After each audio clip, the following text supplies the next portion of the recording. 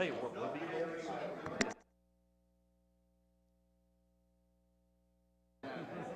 You're a wacko. Problem areas would be a good way to knock the hell out of it.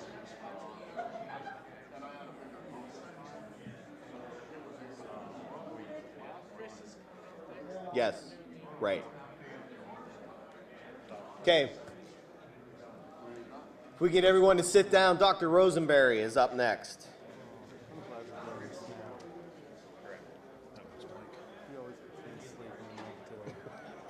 I like his stuff. Just his voice is so... Yeah.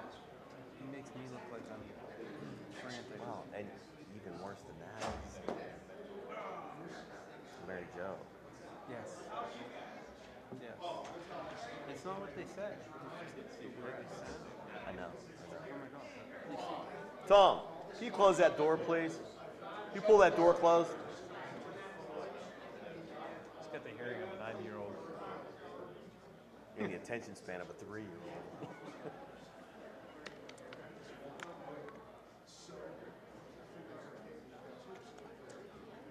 I guess when they do the life-saving, you and I are going to go up for photos, so Rich is going to see it.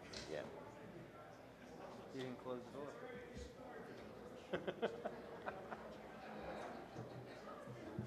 You were right.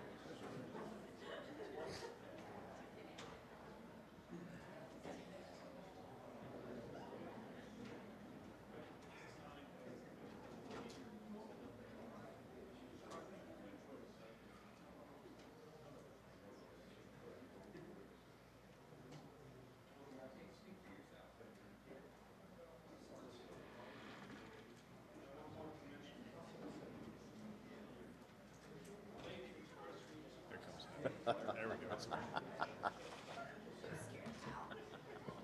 Idiot. threat. The heck, dude? Him? He smashed his foot with a backhoe. Brilliant. Yeah. It's not easy to do. Not easy at all. You don't want that.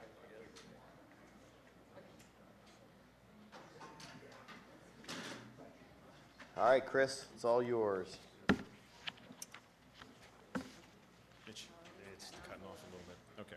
Thank you for that presentation. Do you have any? You're welcome. It's quick, not that quick. Okay. Good morning. Today I'll review research data on fawn survival in Pennsylvania.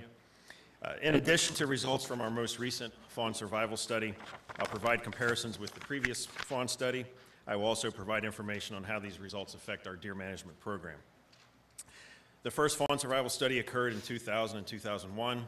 The second and most recent fawn survival study occurred in 2015 to 2017. And as is typical with our research projects, we rely on partners for assistance. In this case, Dr. Dwayne Diefenbach and his graduate students Tess Gingery and Asia Murphy from the USGS Pennsylvania Cooperative Fish and Wildlife Research Unit at Penn State analyzed field data, provided result summaries, as well as some of the slides in this program, and DCNR provided access to state forests where most of the research occurred. Photos like this are one of the reasons we're talking about fawn survival today.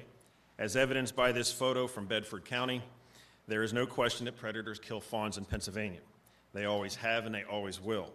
Despite this fact of life for predators and deer, predator impacts on deer populations remain a source of debate and questions. Research on fawn survival began in the 1960s, but not until the 1990s did technology allow us to obtain reliable survival estimates. In the last 20 years, the number of fawn survival studies has doubled. This graph shows the cumulative number of fawn survival studies over time, and the points in red represent the 2 Pennsylvania studies. To date, Pennsylvania's fawn survival studies have accounted for 15% of all fawns studied in North America. Pennsylvania's contribution to fawn research goes beyond a substantial proportion of fawns captured and monitored and extends into techniques used to collar the fawns. The radio collar design used by many telemetry manufacturers was developed during the 2000-2001 study by Game Commission and Penn State researchers. And this collar design reliably expands as fawns grow and the neck of the fawn gets larger. In Pennsylvania, fawn studies have occurred in 4 separate locations, In the first study in 2000 and 2001, fawns were captured and monitored in the Quahana Wild Area and Wildlife Management Unit 2G, and the Penns Valley Area and Wildlife Management Unit 4D, as noted by the blue locations on this map. In the second study from 2015 to 2017, fawns were captured and monitored in the Susquehannock State Forest in 2G and the Bald Eagle and Rothrock State Forest in 4D, as indicated by the red areas on the map. As you can see on this slide, hopefully it's cut off there on the left, that's 108 fawns collared in Susquehanna, or in Quahana, and 110 fawns collared in Penns Valley. But on both of our studies, distribution was fairly even between the study areas in each one of our studies. The first study, fawn survival and mortality, were the focus. In the second study, fawn survival and mortality were also monitored, but we added monitoring of relative predator abundance and distribution with trail cameras. Black bears, coyotes, and bobcats are the three primary predators of white-tailed deer across North America. There are other predators that kill fawns, but the numbers are typically minimal, and as a result, information I present today will focus on these three predators. Fawn survival between studies was similar, with 40 to 50% of fawns surviving to 34 weeks of age. In the northern study areas in Unit 2G, survival was similar, as indicated by the continuous overlap of the light and dark green lines. At 34 weeks of age, fawn survival in the first study was 38%, compared to 40% in the second study.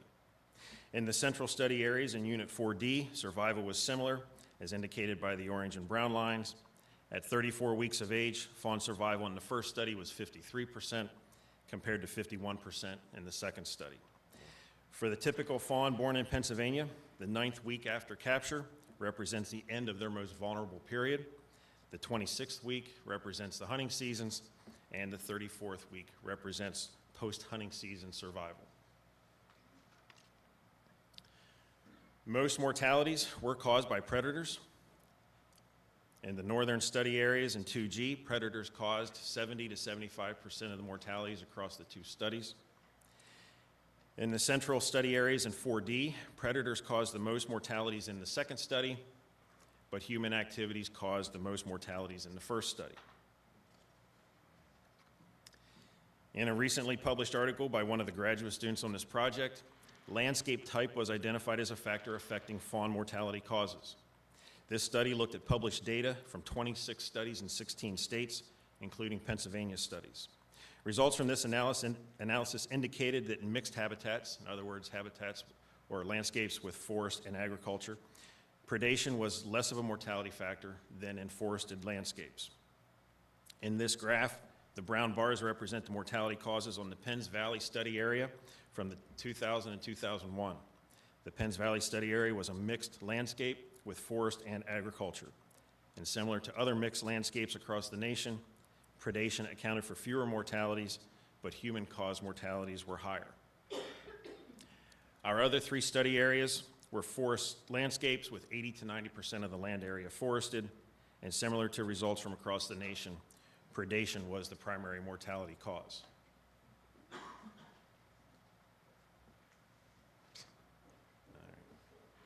The missing pie piece on the left is coyotes.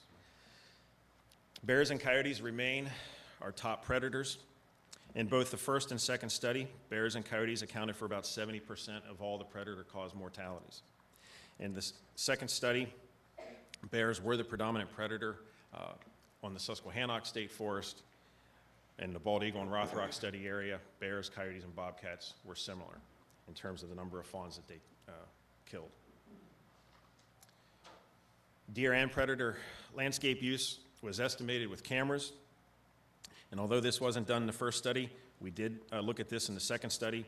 Cameras were distributed throughout the study areas to monitor landscape use and relative predator abundance. And at this point, we have raw data for the most part for this aspect of the project. The graduate student on this part is continuing to analyze the data and complete her degree. So in terms of basic data, we saw that deer were detected at more sites throughout study areas than any predator. And of the predators, bears were detected at most camera sites. And again, I have no idea why coyotes are not showing up. But that bar should go up to about the same height as the bobcat. Both deer and bears were most often detected in forests and less often detected in non-forested areas. However, fawns were most often detected in non-forest areas away from bears. These results suggest that deer can reduce predation risk for fawns by raising them in non-forested areas away from bears. And then as deer mature and the predation risk drops, we see deer using forested areas more often. And although we can't specifically identify the reasons for an individual deer's behavior, this map does provide an interesting example of a doe shifting her range to a less forested area during the summer when she would have had fawns. This doe spent the winter on Rothrock State Forest, and in both 2014 and 2015, she left the forest in March, crossed 322, and headed north and spent the summer up near Center Hall, away from the predominantly forested area on the state forest. And unfortunately, we do not know her fawning history, but if anyone's interested in more details on this deer, there was a blog post written back in 2016 that is available on the Deer Forest blog. So to this point, I've provided background information and results from our field studies. Now I will conclude by looking at how do these results affect deer management. First, we'll review what we've learned from our field studies in Pennsylvania when we've looked at fawn survival.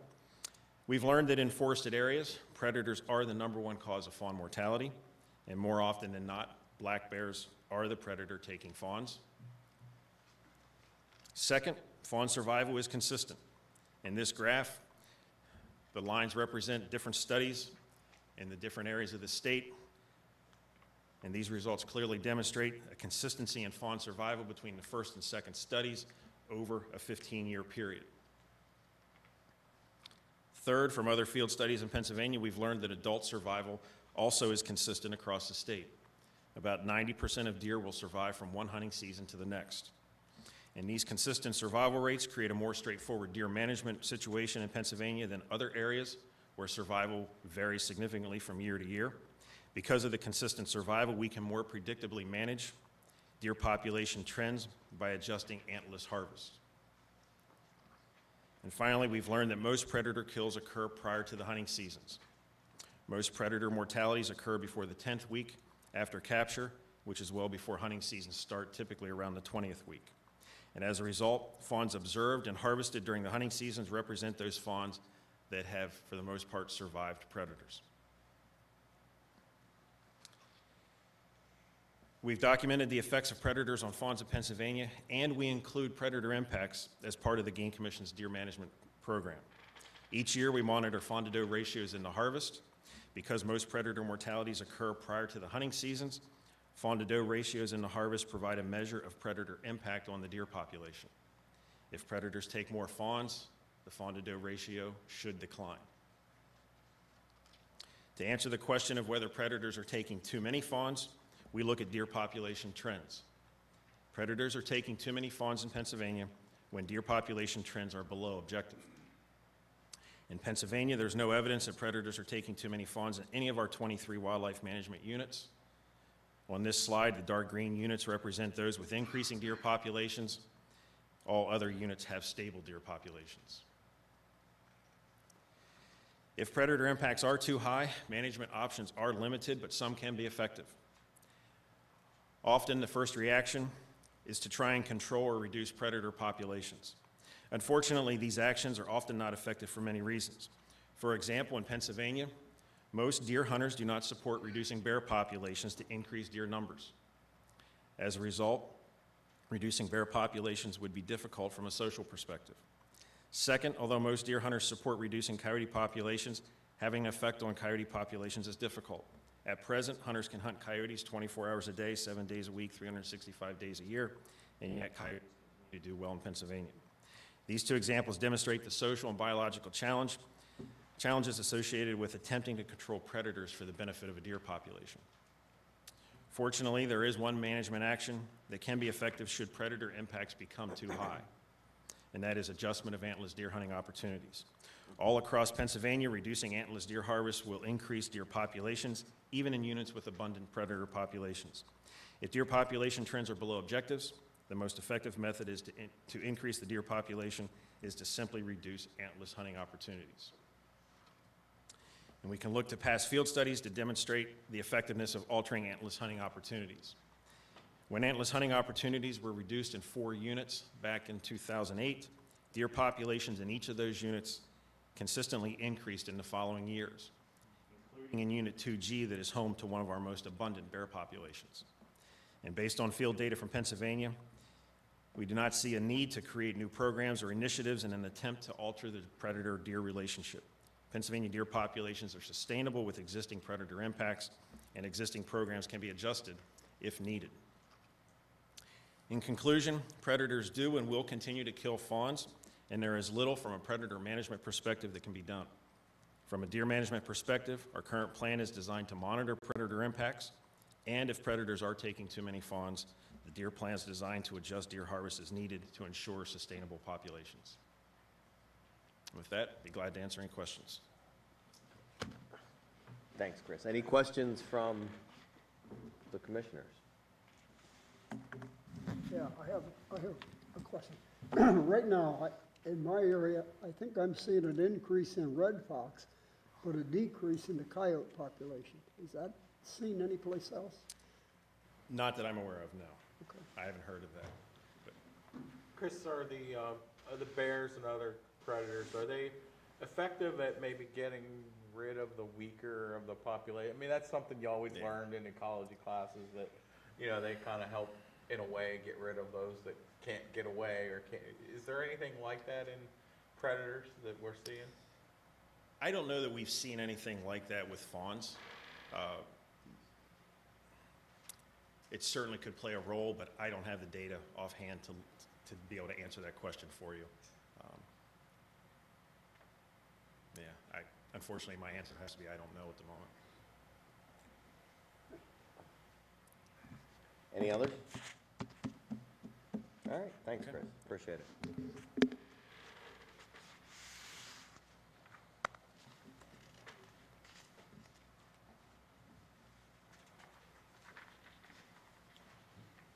Going into awards now. Yep.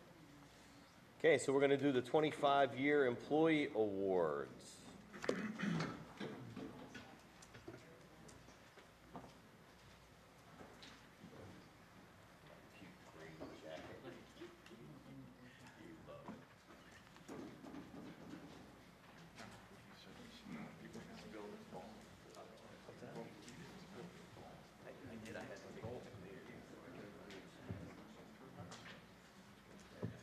So first I want to congratulate all our employees who have reached this great milestone. You know, at the end of the day, it's our employees that do all the great things out there on the ground to manage our state's wildlife. So today we'd like to recognize our employees who have reached their 25th anniversary.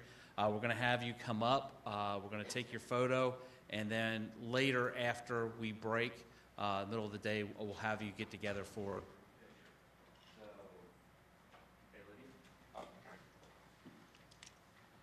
first up, one of the greatest turkey hunters we've all ever met, David Carlini.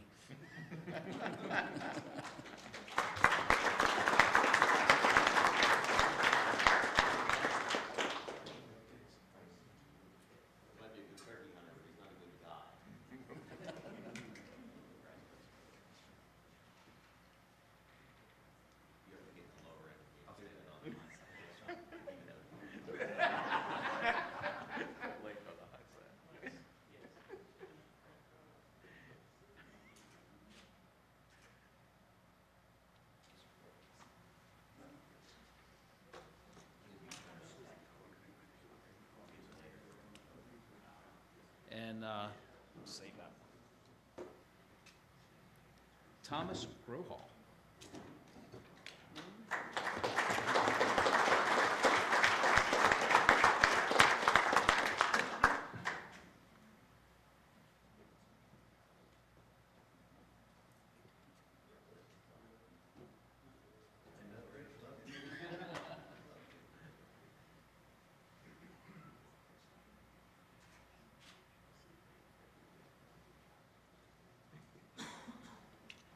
Jeffrey Mackey.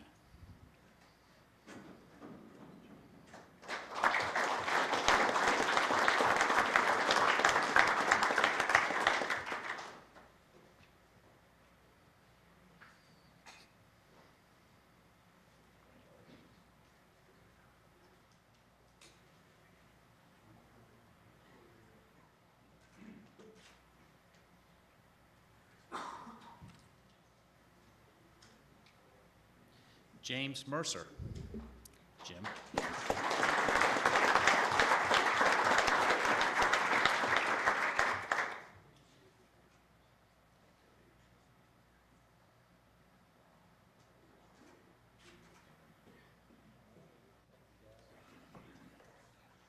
George Miller.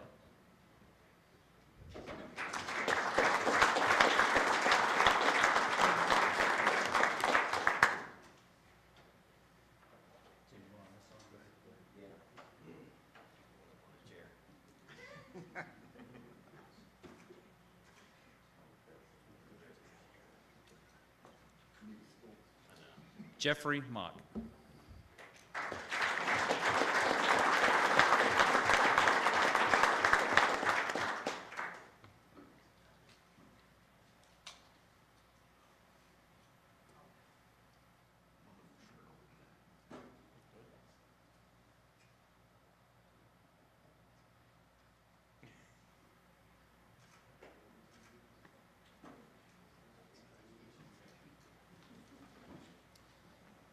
Keith Mullen.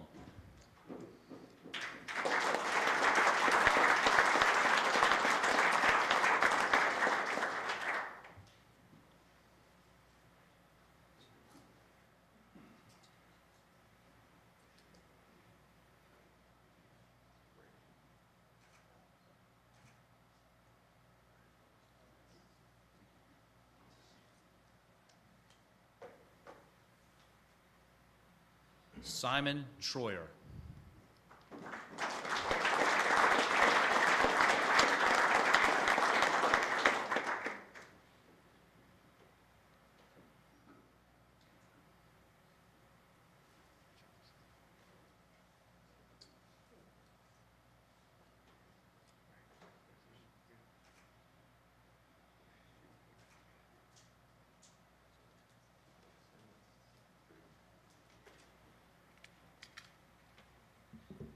Al Zellner. That's the best he could do?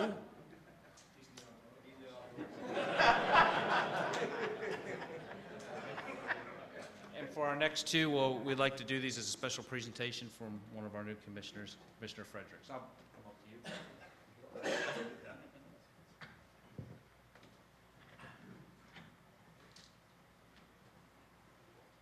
First of all, let me say it's really a pleasure to be back. I've been gone like 20 years. I was a young kid when I was here. I really did miss the agency. Everybody's been asking me, why'd you come back? And I truly did miss the agency and the friends and acquaintances that I made my first time around. And these next two gentlemen have been friends of mine for a long, long time. I not only consider them great officers to work with and the work that they did, but they're also very close friends. The first one I'm going to mention is Mr. Doug Dunkerley. He's a land manager in the Southwest. Game Commission recruited him. He was a Navy pilot, flew off the USS Midway, served in the Gulf War. He took me to his ship in San Diego and showed me the chair that he sat in. He was a flight boss for 40 straight hours. I forget how many sorties he told me he launched off that thing, but I mean, what a gentleman and what a great guy, and unfortunately, he's very ill. Talked to him last night, and he's having some cardiac issues, and they're not really sure what's going on, so he's not with us here today, but I'd like to congratulate Doug Dunkerley. And the next guy is Scotty Tomlinson, I consider a good friend. Scotty?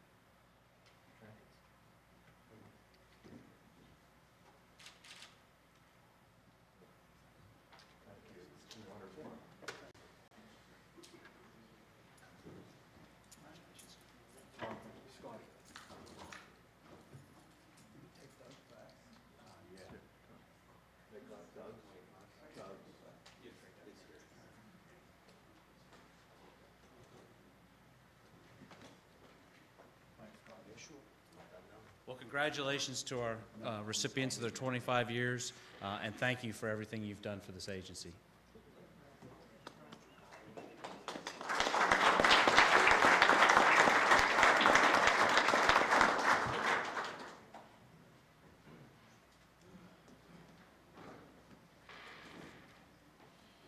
The next segment of our awards presentation is going to be for some life-saving awards for our employees.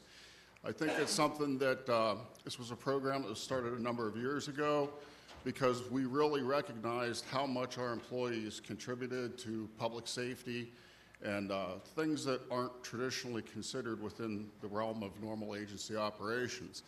But with our employees scattered geographically across the Commonwealth, they have lots of interaction with the public, lots of interaction in recreational areas, and a lot of time on the highways. And this extends to almost all classes of our employees. So what we do is we want to recognize some folks today. Some of these are multiple people. So what I'll do is I'll call your name, come down first, and actually I'll bring all of the group down for each incident. Have you stand here, I'll read just a brief synopsis of what occurred, and then we'll do individual presentations with the president and the director. The first incident occurred on November 25th, 2017. It involved state game wardens Seth Masoris and Sean Harshaw. Would you gentlemen come down, please?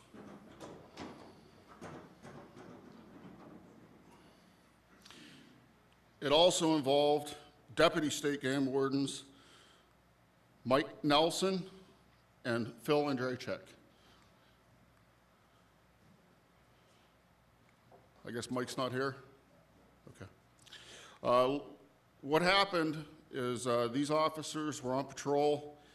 They were notified of a small aircraft crash near Game Land 79 where they were patrolling. And it ended up being on a very remote section of one of the PGC public access cooperators' property. It was only accessible by UTV and four-wheel drive vehicles. These officers responded to the crash site, administered first aid to the 4 victims that were there, and helped extract them out pretty significant distance to where EMS was waiting.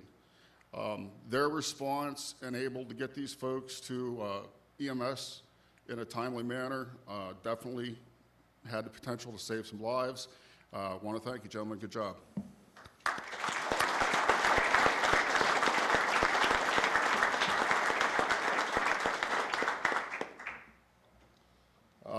Mike Nelson isn't here, so we will go to Seth Masoris, please.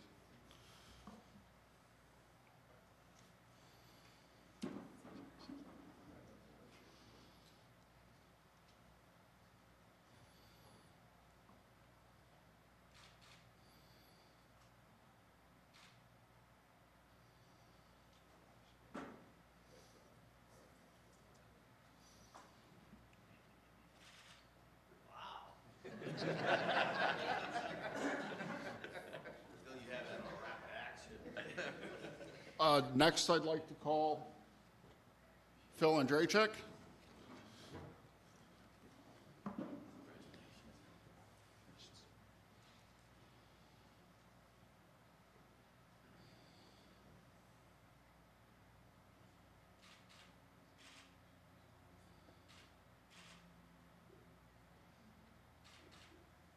It's too heavy.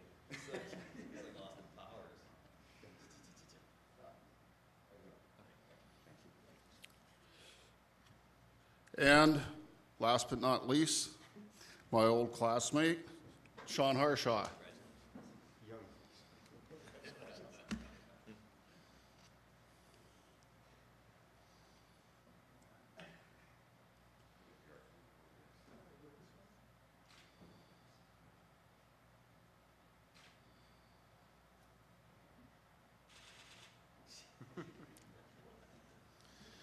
All right, guys, stick around because when we get done with all the awards, I think they're going to do some group photos when we break. All right. The second incident that occurred was December 8th, 2017. It involved State Game Warden Chris Reedmiller. Chris, would you come down, please? And Region Director Tom Fazy.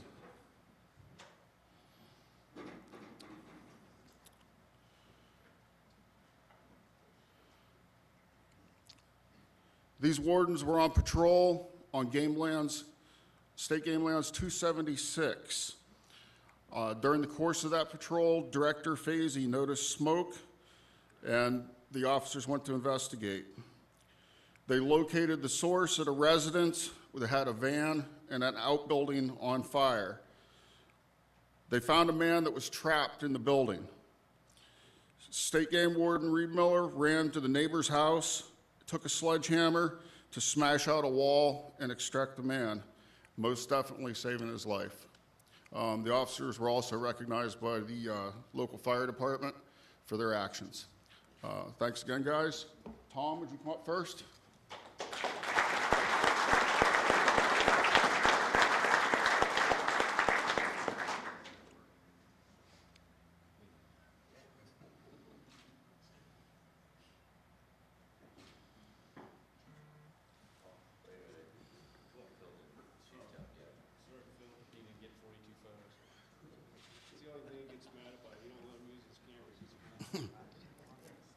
Warden Reedmiller, please step forward.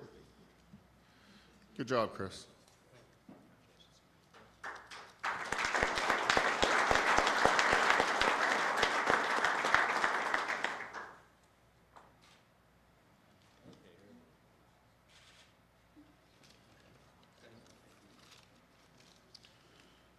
The third incident occurred on March 2nd, 2018.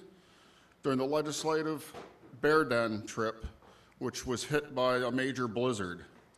It resulted in a major vehicle accident as the PGC employees were trying to travel approximately 6 miles to reach a den location. The entire highway, there was a whole lot of accidents all over the place.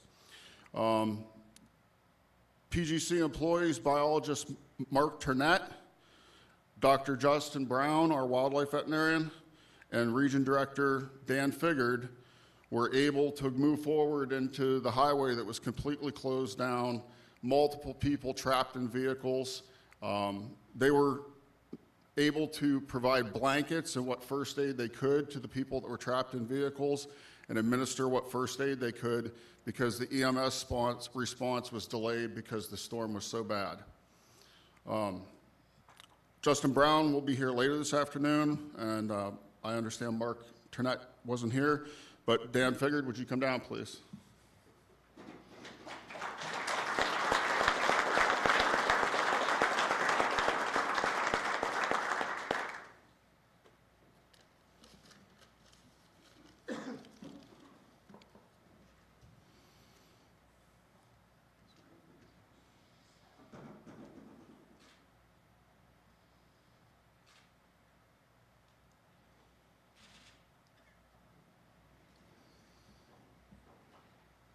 I think that incident also shows that it's not just our wardens that are out there. A lot of classes of our employees have helped out in situations like this. Our fourth incident occurred on March 27th, 2018. It involved State Game Warden Vic Rosa and State Game Warden John Wyatt, who was serving as a resident instructor here in Harrisburg for the 31st class. They were traveling to Hummelstown, and they observed a man dressed only in pajama bottoms jump off a bridge into Swatara Creek. They stopped the vehicle, looked, the man was drifting downstream, and air temperatures were approximately 40 degrees. They knew if they didn't get him out, it would turn into hypothermia pretty quickly. The water was very high. The warden spent 20 minutes trying to rescue the man. And when it finally, the man was not responsive to them, and once they found an area that was safe to do so, Officer Wyatt actually entered the water and extracted the man, definitely saving his life. So, thank you, John.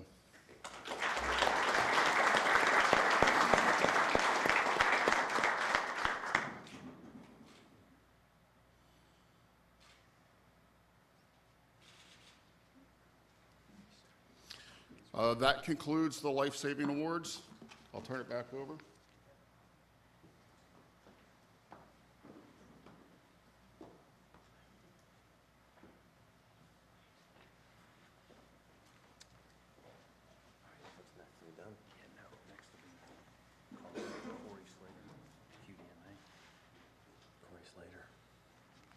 Okay, can we have Corey Slater come forward? QDMA? No? We'll check with him, make sure he didn't confuse it with tomorrow. And next one will be Chris Kosher. Chris Coker?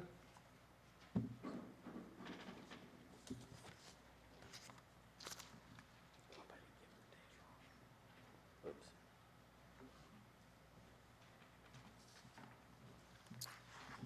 Good morning, everyone.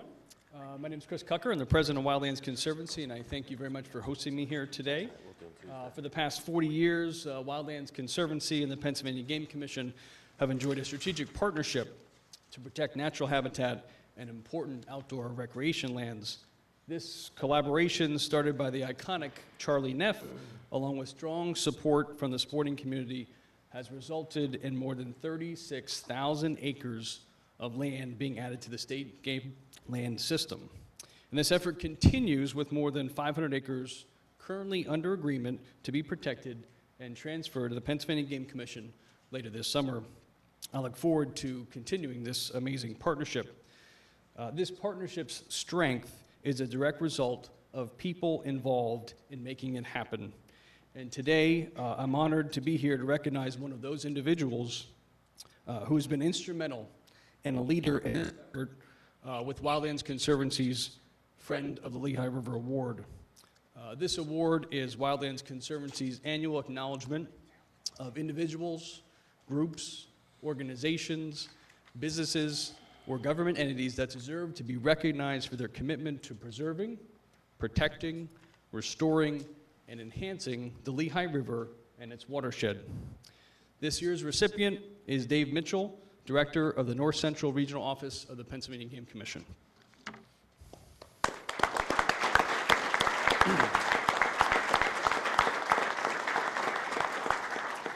During his 27-year career with the Pennsylvania Game Commission, Mitchell has been instrumental in protecting thousands of acres of natural habitat and open spaces in the Lehigh River watershed through his ability to leverage funding and build partnerships. After graduating from the Ross Leffler School of Conservation in 1992, Mitchell served as a wildlife conservation officer in Lehigh County. He was quickly promoted to land management group supervisor, overseeing Lehigh, Northampton, Bucks, Montgomery, Philadelphia, and Delaware counties. And in 2014, land management supervisor for the Southeast region. During his tenure in this region, Mitchell helped protect more than 3,000 acres of high-value conservation land, forwarding the Pennsylvania Game Commission's mission to be a champion for the Commonwealth's wildlife resources and perpetually making the special natural areas open for public enjoyment. In addition, Mitchell serves as a member of the Palmerton Trustees National Resource Council, a multi-agency coalition of Commonwealth and federal agencies assembled to evaluate environmental impacts from historic zinc smelting and waste handling operations affecting natural resources in the Lehigh River. As the Pennsylvania Game Commission's representative, Mitchell worked with other agency representatives to oversee the facilitation of financial resources towards environmental projects within the Lehigh River watershed. This work has resulted in the acquisition of significant parcels, most notably the 1,000-acre Kings Manor property, the 400-acre Alpine Rose property, the 380-acre Nostine property, and most recently, the 500-acre Klondike property, which is in close proximity to the headwaters of the Lehigh River. In addition to his land protection work, Mitchell has facilitated significant natural habitat restoration projects like those at the Truxer Nature Preserve that have significantly increased natural habitat and biodiversity of our protected lands. Mitchell brings a wealth of expertise, experience, and passion to his career in conservation, and his natural leadership abilities enable large-scale, complex, multi-year projects to come to fruition. I've had the absolute pleasure, and I mean pleasure, to work hand in hand with Dave over the past 20-plus years. His legacy will continue through the natural resources protected in perpetuity by his work, as well as through the generations of sportsmen and sportswomen whom have been brought to nature through his efforts. Congratulations, Dave.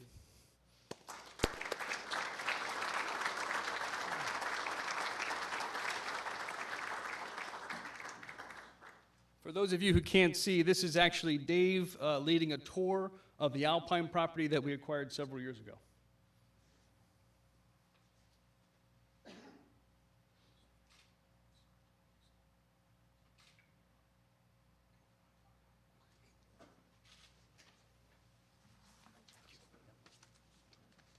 Thank you. Thank you. That concludes the award presentation portion of today's meeting. But since we're a little ahead of schedule, we're going to have Executive Director Burhans do the strategic plan update.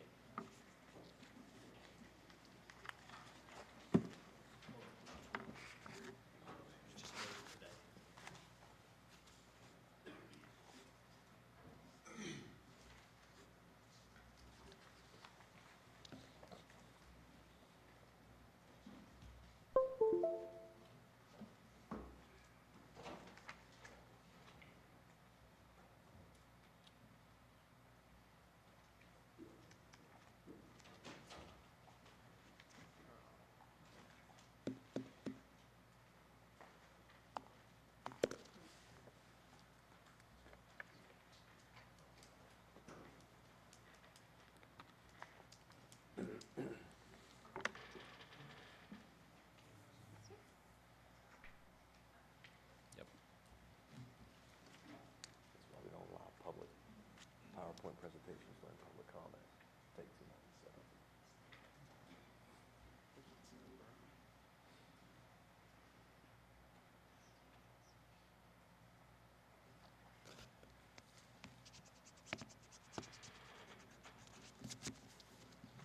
Just use the arrows. Yeah, you can use the arrows. I think you might be able to use the space bars. Well, this works great because with 2 hours left, this will give us plenty of opportunity to go over this. I want to thank Commissioner Daly for the what I call the impossible assignment. The strategic plan was a document process we started in 2014, and we did our planning this time around a little bit differently than was done in the past. We really tried to highlight specific areas with what we call SMART goals. These are areas that can be measured, that, you know, have we done them, have we completed them. The challenge of trying to give a presentation like this in an allocated 20 minutes or 30 minutes to after that you'll be asleep listening to me talk, is there is so much being done, and I've got the documentation, or commissioners have this documentation in their folders. The amount of work that staff does to meet these goals of the strategic plan is mind-boggling. When I went through this presentation and trying to pick out the different things, the highlights that I wanted to present to you today, it was very much a struggle. And the danger of a presentation like this is all the things I'm going to miss that have been done. There's a ton of activity that's being done on the strategic plan. I will say with this agency, our staff take the strategic plan very seriously. This is not a document that sits on a shelf and gathers dust. This is a document that's part of their planning meetings at the region level, at the bureau level. It is part of their day-to-day activities, and it's a document that they take seriously. And the success of this plan is within the staff. The strategic plan was developed by the staff and the Board of Commissioners, and this staff is implemented by the staff with the support of the Board of Commissioners. There's 5 core goals for the strategic plan. First, put wildlife first. Improve wildlife habitat, follow sound business practices, serve the Pennsylvania public, and finally, improve support for hunting and trapping. Let us start with put wildlife first. To manage, propagate, and protect all of Pennsylvania's wild birds and mammals, and put wildlife first in decision making. Strategy 1.1 is to keep Pennsylvania's wildlife from going extinct, becoming extirpated, or reaching a threshold where the species might be listed as threatened or endangered. Anywhere this can be controlled. First strategy was to 1.1.1 recover population of peregrine falcons and ospreys to sustainable levels. Next, have initial release of northern bobwhite quail, a species that has recently, in our career time, been extirpated from the Commonwealth of Pennsylvania. Which, when we think, we do live in the golden days of wildlife management today. We have more diverse and abundant wildlife populations than probably any recent history in the Commonwealth of Pennsylvania. Yet, that bird disappeared on our watch. So to think that other things won't be challenged, and they are currently right now, with 99% of loss of some cave-dwelling bats and many other species that are under trouble, we may live in the golden times of wildlife management, but we still have serious risks and serious issues that as an agency we must deal with. Next is to prepare strategies to contain white-nose syndrome and stabilize the population of at-risk bats. As we know, as mentioned just a few seconds ago, over 90% of some of our cave-dwelling bats are now gone, and that's a risk to all of us. Install 5 bat gates to protect highest priority bat hibernacula, and begin implementation of priority actions detailed in the 2015 Pennsylvania Wildlife Action Plan.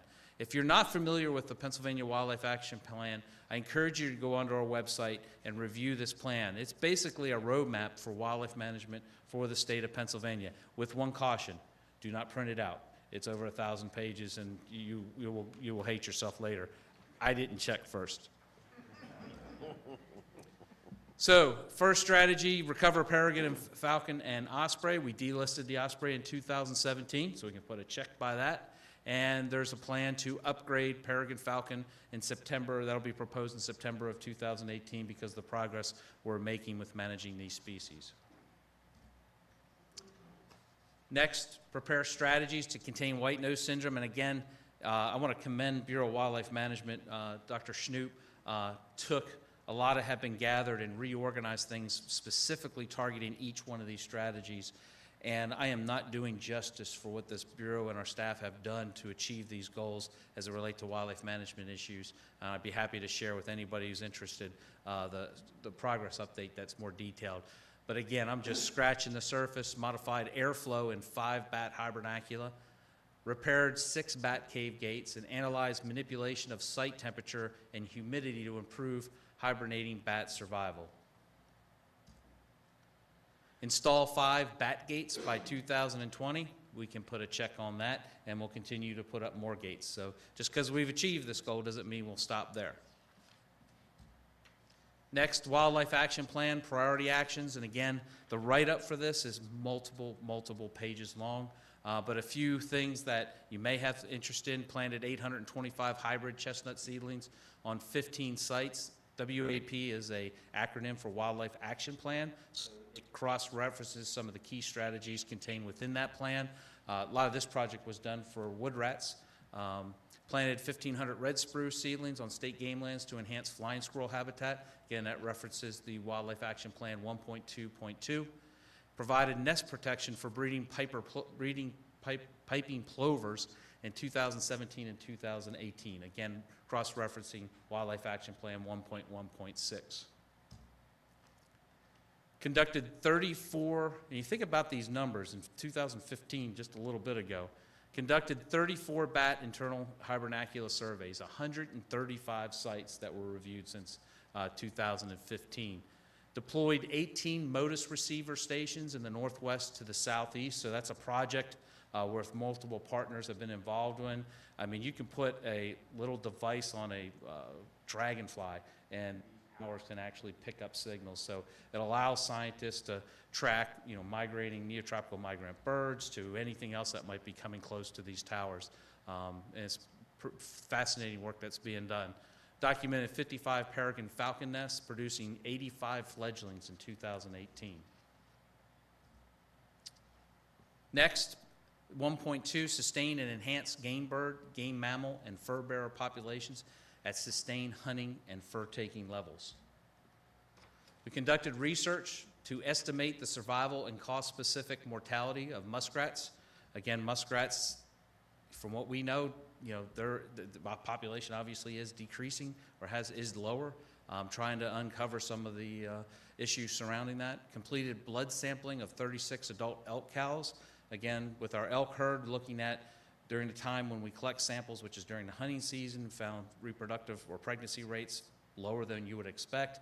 So additional research was done to see if we're missing that window of opportunity for determining if the elk are actually pregnant.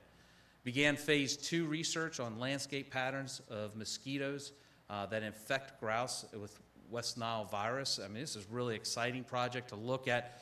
You know, ultimately, can we deal with this disease through where we put landscape level habitat improvements on the landscape? Because certainly getting rid of the West Nile virus is probably not an option for us. Developed framework for grouse season recommendations and began research on mange and black bears. Next, update existing species management plans to guide and prioritize research, monitoring, and management efforts by 2020. All plans will be reviewed by 2016 and submitted to the board for approval. Revisions will align with agency budgetary capacity. So we have released the wild turkey management plan for public comment. We met with stakeholders about whitetail deer plan revisions, and the elk, bear, and fisher plan revisions are in their early stages. And all these plans have been recognized, as was mentioned earlier today, as plans that stand out nationally, internationally actually, for management of these species. Next, improve wildlife habitat. Transitioning management practices on state game lands towards large-scale, high-quality, early successional habitat. This was, during the development of this strategic plan, identified as an absolute priority goal, but surprisingly, a very difficult goal to achieve. The hunting culture and the popular TV shows out there often put everybody on a food plot in their box stand, and you plant the magic bean and all the deer or turkey come in and life's all good. Unfortunately, it's just not the way it works out there. And the agency has determined through its strategic planning process to move more towards landscape level habitat restoration efforts that actually have far more impact on wildlife diversity and abundance on our game lands where we have at least control, and we also do work on our hunter access properties. And as you can see through the implementation, it's a little bit small, but one of the goals there was to increase the size of our timber management. Each footprint for a timber harvest has increased. If you look at the average sale, I can tell you because I can look close here, you know, we've gone from 2011 somewhere around an average of 120 acres till today we're somewhere at about 190 acres. So that's a dramatic increase in the scale and extent of these timber harvests. Again, to mimic natural disturbances that once occurred on the landscape and have the maximum benefit to wildlife populations.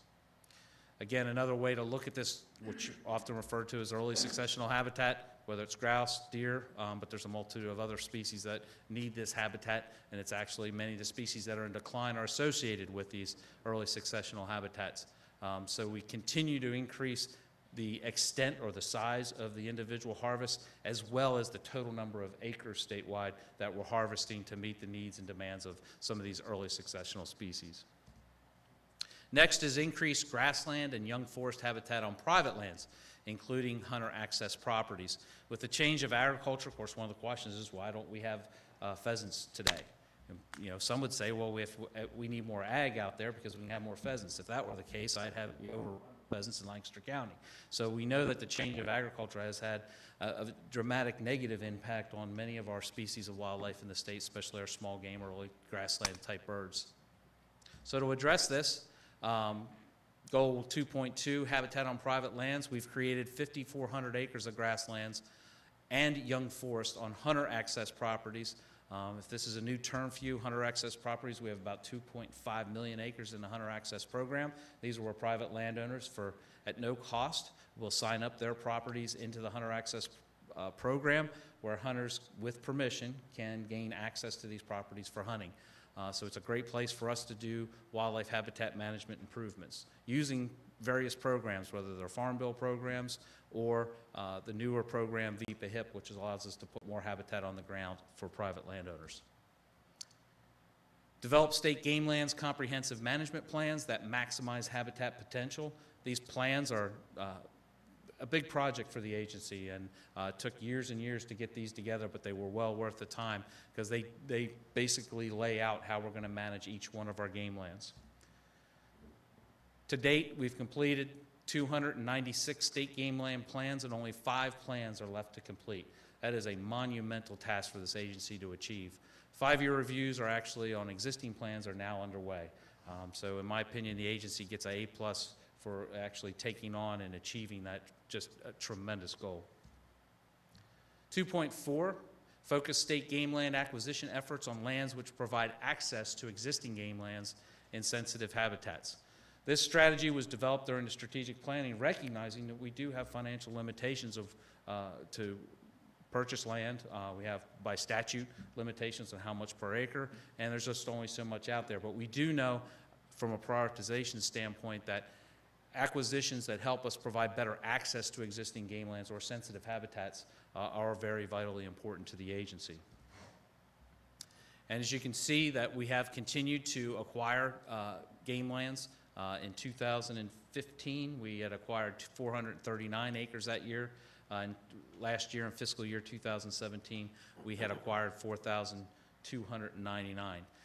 You know, if it wasn't for the tremendous amount of partners that we have in the room today, like the award that was just provided to Mr. Mitchell today, we couldn't get these lands because we are limited in how much we can put into these. So again, a big shout out and thank you to the great partners that are out there helping us acquire these lands.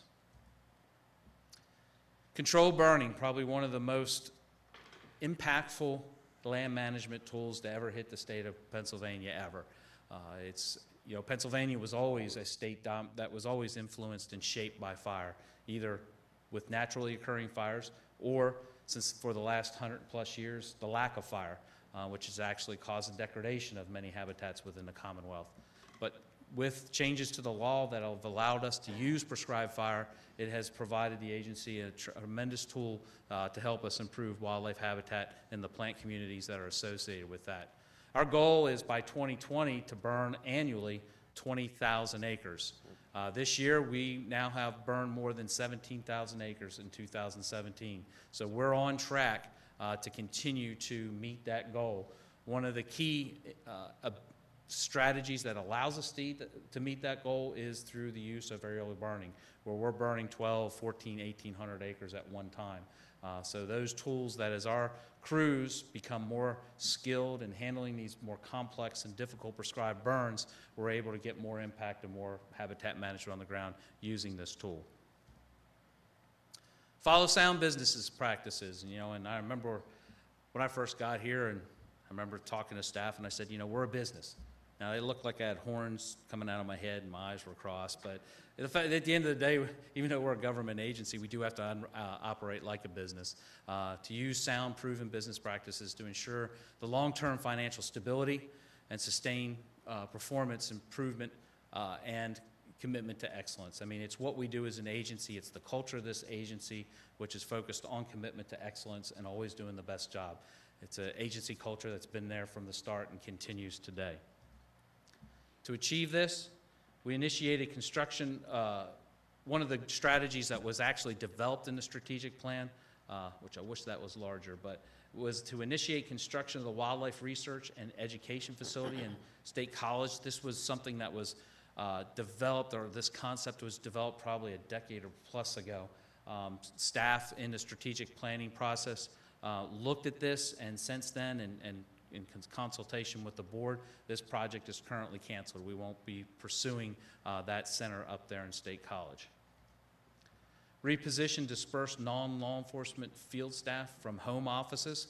This project is complete, so where we can move staff that have been working out of home offices into existing infrastructure at our regional office or headquarters office.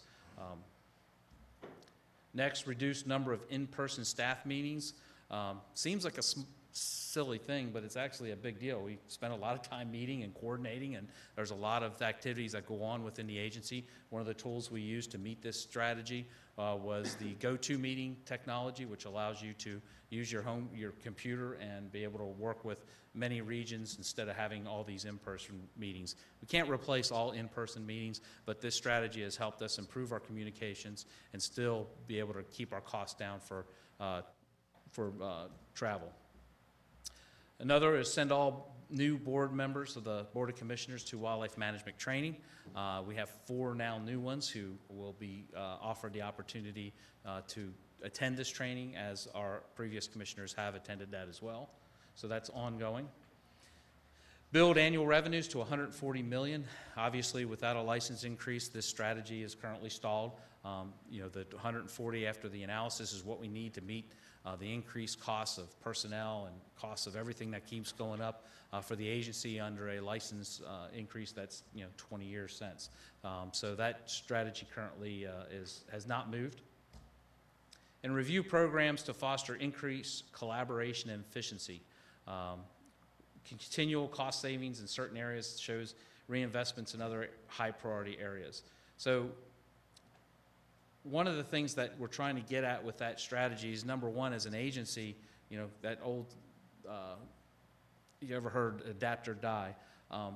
Any business or any agency is faced with that same dilemma. We continually have to reprioritize what we do, what the impact to the resource is, what the impact to the Commonwealth citizens are, and reprioritize our activities as we move along. Just because we've always done it that way is really a poor excuse to continue to do it that way unless the return on investment is there.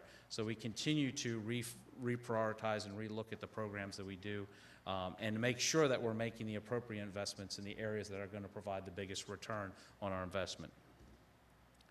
Develop marketing plan and expand product offerings through the outdoor shop. One of the challenges that was identified early in the planning stages was one of the missing legs in the agency was truly a marketing and communications leg to the stool. Marketing is more than just selling stuff. Marketing is really, by definition, obviously putting the goods and services in front of your customers, and there's a number of ways we can do that. But we really hadn't had a really effective way to market that.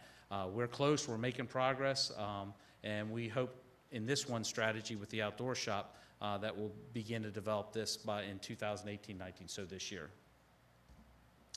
Serve the Pennsylvania public. Establish monthly webinar series, and this was, again, an attempt, a low cost to almost no cost other than staff time, way for us to reach the public, not only the hunting or trapping public, but the Commonwealth citizens as a whole. We've held 15 webinars, which have reached over 30,000 individuals in the state of Pennsylvania. So that's a tremendous impact for us to get information out. We've had presentations, and I think the most popular one had to do with deer mortality and the causes of mortality in white-tailed deer. We've had one on fishers, which was obviously very popular as well. A number of great presentations, but it's been well received by the public and very well attended. Develop comprehensive communications and marketing plan. Again, this is in development. We have a communications marketing firm that we're hopefully close to being able to bring on board that'll help us develop that. And you know, marketing and communications, when it comes to serving the business interests of an agency, is a very specific skill set, and there's a lot that goes into that. So we're looking forward to that opportunity and that skill. Improve communications and engagement with the non-hunting public. This strategy is ongoing. One of the strategic opportunities that, and I go back to what we talked about with revenue, was we decrease expenditure in areas to make sometimes to meet budget goals, but other times to reinvest in other areas that have a higher rate of return for the agency. One of those we're looking at is the expansion of the Middle Creek Visitor Center as one example of where we want to expand the museum capacity within that building and then use our marketing opportunities to bring in more people to that center.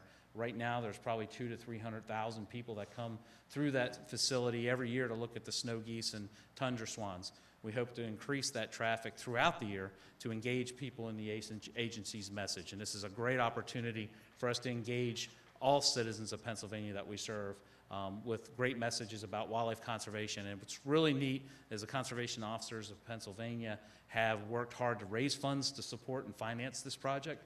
They have also collected items, historic conservation items, to place into the museum, and are actively cataloging and doing a ton of work to help make this happen. And these are retirees and current employees of the Pennsylvania Game Commission. So you've got employees actually with skin in the game, their own dollars and their own time to make this project come about. And it's going to be an exciting opportunity to help us better reach a larger audience with our conservation message.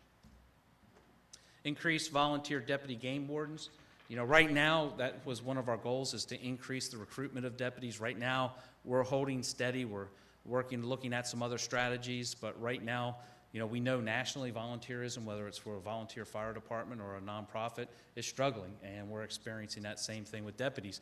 Face it, we ask a lot of our deputies, they have to buy some of their equipment out of their own pocket.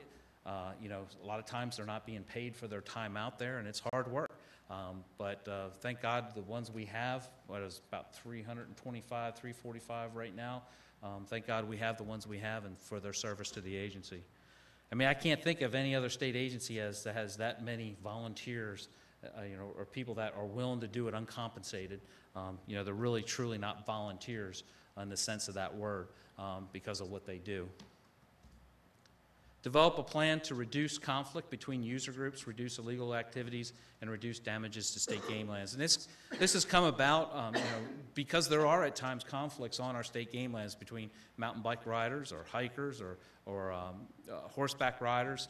There was a task force that was developed that Bureau of Wildlife Habitat Management headed up, involved all these stakeholders. So we've made great progress, and we've implemented the recommendations that have come from this committee, and it has made a difference between increased law enforcement deal with game lands that are having areas and some of the strategies that were developed through that task force. An overhaul agency website to increase user satisfaction, utility, and provide more professional image of the agency. The Commonwealth actually does this activity. Some would argue it doesn't increase our satisfaction and utility, but it's a pretty good looking website. So, improve hunting and trapping support. One of the strategies was to increase hunter access opportunities, and over the last 3 years, we've had a 10% increase in enrollment with more focus on VPA-HIP. So this voluntary incentive program. It's a Farm Bill program that, you know, all the state wildlife agencies can take advantage to get more access ultimately to provide more hunting and trapping opportunities. What's different here in Pennsylvania is we've actually used the VPA-HIP dollars, which I'm not aware, Pete, of any other state that is doing it this way, to make the investments in the wildlife habitat development on these private lands, these 2.5 million acres, which provides us a tremendous opportunity not only to meet the goals for improved habitat and improved hunting opportunities in these lands, but also to meet the goals within our wildlife action plan. So these lands are also the same places where many of our species of greatest conservation need could possibly be impacted or improved with improved wildlife habitat management. Developing online advanced hunter certification education courses. We've developed online bow hunter course and cable restraint course, so that's complete. Develop support network to better recruit and sustain hunters. Recently, and you'll hear a presentation, which I'm really excited for you to hear this afternoon, we have recently hosted a mentor training workshop in partnership with Pheasants Forever. So if you heard the term R3, retention, recruitment, reactivation, that's the program center that all the states have put a high priority into trying to get more hunters recruited into the population. All the states, most of the states are really suffering from decline in hunters. That's, you know, we heard it earlier today. We know it's happening. What do we do to stop the bleeding? Increase harvest rate of agency-released pheasants. So we just finished up a study that was done on pheasants, and we're implementing some of those findings from that study to help us increase harvest rate. Ultimately, these are put-and-take birds. We raise them. It costs us money. We want them in the hunter's bag. We don't want them out somewhere where the hunters can't find them. Some other strategies that we've put together, we've also developed an interactive map that shows hunters exactly where they can go hunt these pheasants. And another strategy that we continue to ramp up is to make sure that we put pheasants in quality habitat. Because if you put them in areas where it's not quality habitat, what's going to happen after day one? Those pheasants are gone. They're just not going to stick it out. Increase retention of existing hunter access landowners. We have developed and have been using materials. There was some great research that was done of our hunter access property owners. And one of the things that was very interesting from that research was that these individuals do not use anything electronic. They're not using a computer. You have to give them printed materials in hand or reach them through fairs, like our officers are out with the fairs all the time. We have to get the landowners and meet them on their own turf. We're not going to be able to do it electronically, email, or website. Define a 5-year strategy to improve hunter access program, and that has been complete. So we're moving forward with some of that. Implement marketing efforts to reach a no net loss of license sales. We've tried several campaigns so far. We did one with mentored turkey permits this past spring through a campaign, through a Facebook advertising marketing effort. We continue to do with pheasants. So far, these strategies are not working, and that's why a lot of the states are looking at the mentoring opportunities, and again, you'll have an update this afternoon from Derek. Expand hunter outreach to maintain no net loss in license sales. And again, we're not meeting this goal, obviously, with the decrease in license sales. That's still going to be a struggle for us. I'd be happy to answer any questions and talk for another hour and a half. I wanted to say just quickly that when Brian was the deputy executive director, he was tasked with putting the strategic plan together. And as I recall, it was we were under a pretty stringent timeline. It happened fast. And so, along with staff and the commissioners, Brian did a great job of getting a strategic plan put together, getting all the objectives outlined by the bureaus and put in paper. And now you're responsible for getting it all done. So this is one of those projects that you're going to see from start to finish. And personally, I appreciate all the work that you've put into this. I have all the confidence in the world that you're going to meet as many of these plans as possible. And I look forward to seeing what happens when the strategic plan is worked through. On behalf of the staff, we really appreciate the support of the commissioners, because we couldn't do it without you, first of all. And also, I want to recognize the staff. Please look at your materials and look at some of the details that are being done by this amazing staff of getting the work done. I mean, it really is a humbling experience to look at the amount of work that's being done. So, thanks. Any other comments? Yeah,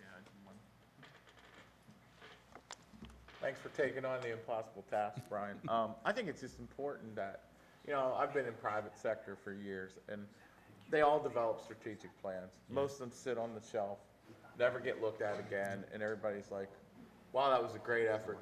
That's it. Yep. If you make that kind of your guidebook as to what you're doing all the time, and you're always looking at it, then we know, and we may need to adjust some things. Like, we're still not getting the hunters that we want to have. And this almost automatically points out, like, where are we failing? Yeah. And where can we then look at different strategies? Those strategies aren't working. So I'm glad that you took the time to do this. I think we need to do it every once in a while. Go back and see, what has this group of people accomplished, and is it still the right things to do? Probably, most of them. And do we need to adjust? And that's really what this is about. So thanks for taking on the task. Thanks for the assignment. It was fun. And this agency has a culture of following the strategic plan. That's one of the things I noticed being a new guy coming in.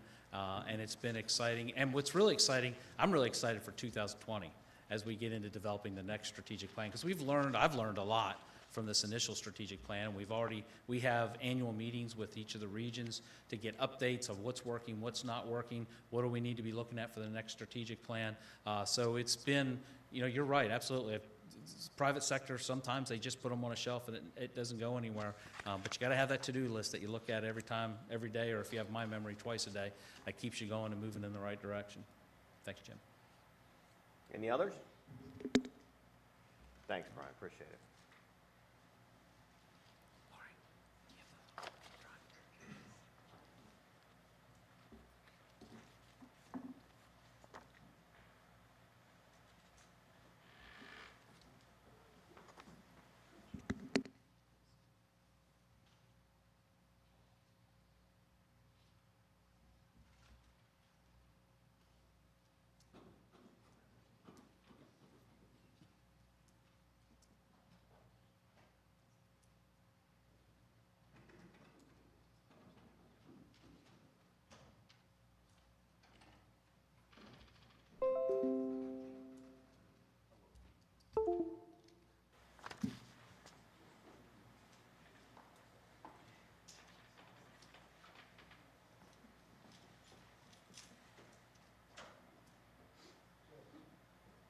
So this next award, and they've been getting a lot of recognition by the scientific community and now one of our partners, and it's well-deserved as well for the hard work that they're doing. I got a text from a good friend of mine who is with Quality Deer Management Association. He said, guess what? Pennsylvania won a very prestigious award. Quality Deer Management Association is a partner of Pennsylvania Game Commission, obviously. You know, I won't speak to their mission because I'd rather have their staff speak to that. But you know, what I find interesting about QDMA and that group, having worked with them for, I don't know, 20 plus years, is their focus on balancing the herd with the habitat, and that they're about healthy white-tailed deer populations in the state. It's not a trophy organization. It has nothing to do with that. But one of their most prestigious awards that they give out at their national convention, which was held last weekend in Louisiana, New Orleans, I believe, and the Pennsylvania Game Commission was selected as the Wildlife Agency of the Year. So I'd like, if we could, for what we call our deer team and Ian to come up and accept this award from QDMA. And congratulations for this award. Thank you for what you're doing for white-tailed deer management in the state of Pennsylvania. What I say is congratulations and a job well done.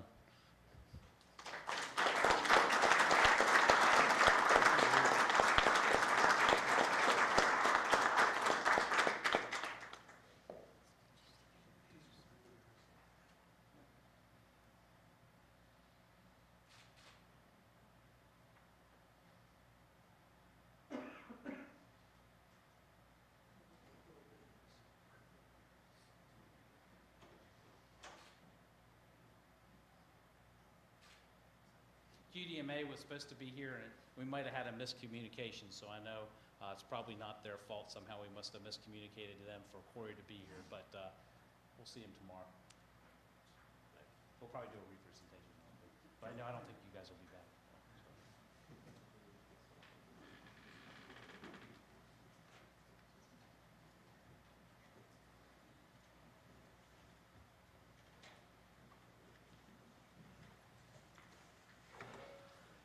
So at this time, that'll end the morning session. We'll take a break until 1 o'clock.